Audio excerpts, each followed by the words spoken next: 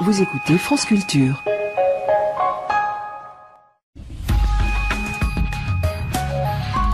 Et c'est le journal de ce mercredi 5 janvier 2011 avec Aurélie Kiefer. Bonjour Aurélie. Bonjour Marc, bonjour à tous. Aux manifestations contre le chômage, le pouvoir tunisien répond par la répression. De nouveaux affrontements ont opposé hier jeunes et policiers.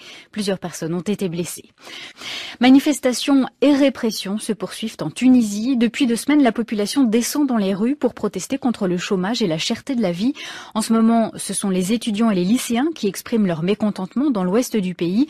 Et le pouvoir répond en envoyant la police. Hier, plusieurs personnes ont été blessées lors de manifestations à Tala et il y a eu de nombreuses interpellations.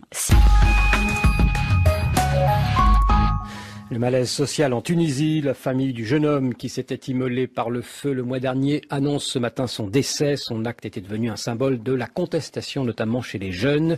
Une journée de mobilisation est prévue demain. On fera le point avec Nadine Epstein et nous entendrons l'analyse de Selim Ben Hassen, dirigeant du mouvement citoyen Birsa.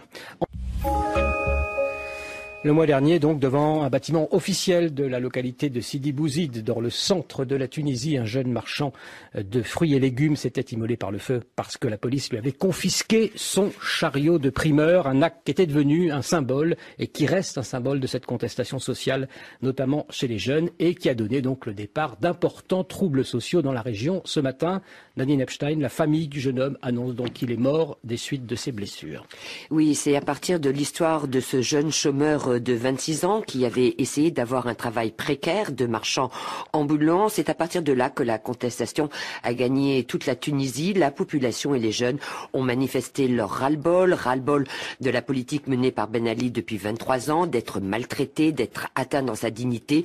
Tout cela sous fond d'appauvrissement, de chômage, de paupérisation des classes moyennes, bref, des frustrations sociales aggravées par un État policier. Pour la première fois, c'est la rue tunisienne qui a crié son dégoût du pouvoir, le traitant de voleur et de mafia, reprenant ainsi à son compte les révélations de Wikileaks largement diffusées par la télévision Al Jazeera, informations selon lesquelles l'ambassade américaine a qualifié le pouvoir tunisien de dégénéré, de corrompu et d'un président vieillissant. Face aux manifestations, la police a d'abord fait usage de matraques, puis la répression a été de plus en plus violente, tirs à balles réelles, provoquant plusieurs morts et de nombreux blessés, et le couvre-feu a été décrété. La veille du jour de l'an, ce sont les avocats qui avaient décidé d'apporter leur soutien aux manifestants. Là aussi, les forces de l'ordre sont intervenues de façon musclée. Les autorités tunisiennes gèrent donc cette contestation non pas de manière politique mais sécuritaire. Et demain, les avocats observeront une grève générale, tout comme les syndicats,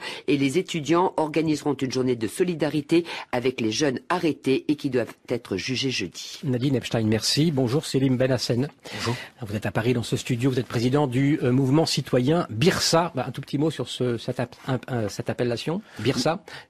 Mouvement citoyen qui... Pour vous présenter. Oui, mouvement Birsa qui considère que c'est aux citoyens et pas aux politiques de prendre le pouvoir et que on a un travail à faire ensemble. Alors vous me posez la question sur l'appellation Birsa, c'est le mythe fondateur de Carthage et l'objet de Birsa justement aujourd'hui, c'est de refonder une Tunisie, une autre Tunisie, celle que le peuple veut. Ce matin, Libération titrait « Tunisie révolte à huis clos ». Alors il est vrai que c'est vraiment très difficile de connaître l'ampleur de cette révolte, la situation précise.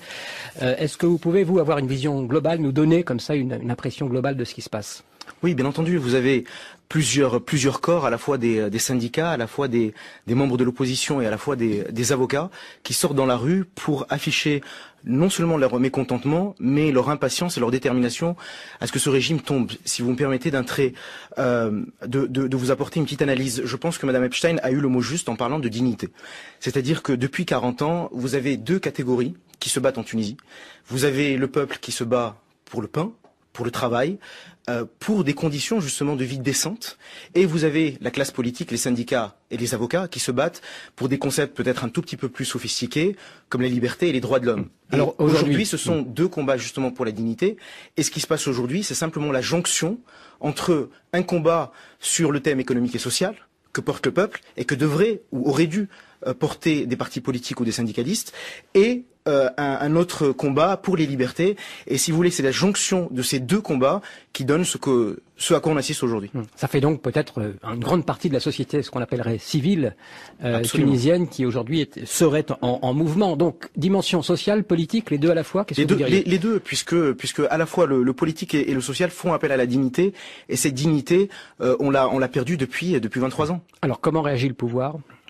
Le pouvoir réagit de deux manières. Alors, il se dit prêt à donner des chèques, comme si on pouvait acheter la dignité des gens avec des chèques. C'est pas la question en Tunisie n'est pas une question d'argent. C'est pas une question de budget. C'est une question humaine. Les gens n'en peuvent plus de voir leur dignité bafouée. Et cette dignité, c'est à la fois le fait de sortir dans la rue et de se voir contrôlé par les forces de l'ordre.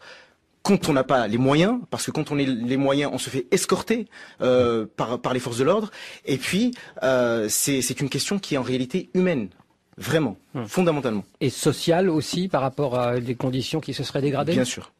Et ça concerne les jeunes beaucoup, vous dites, ou alors toutes les oui, générations ? justement, par rapport à la question sociale, si vous voulez, la fierté de la Tunisie, en tant que peuple tunisien, notre fierté était d'avoir, contrairement à d'autres pays arabes, une classe moyenne très importante.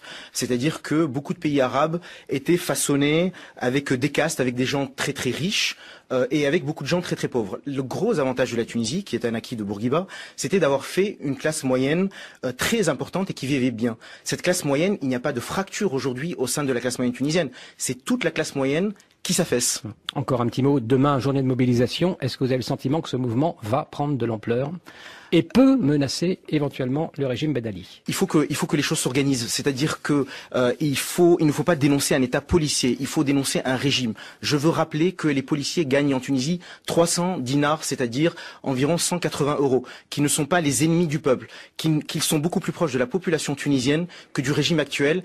Et l'appel qu'il faut leur faire, ça n'est pas des injures ou des insultes, c'est de leur dire on fait partie du peuple. On a un combat à mener contre les tyrannies et ce combat, nous devons le mener ensemble.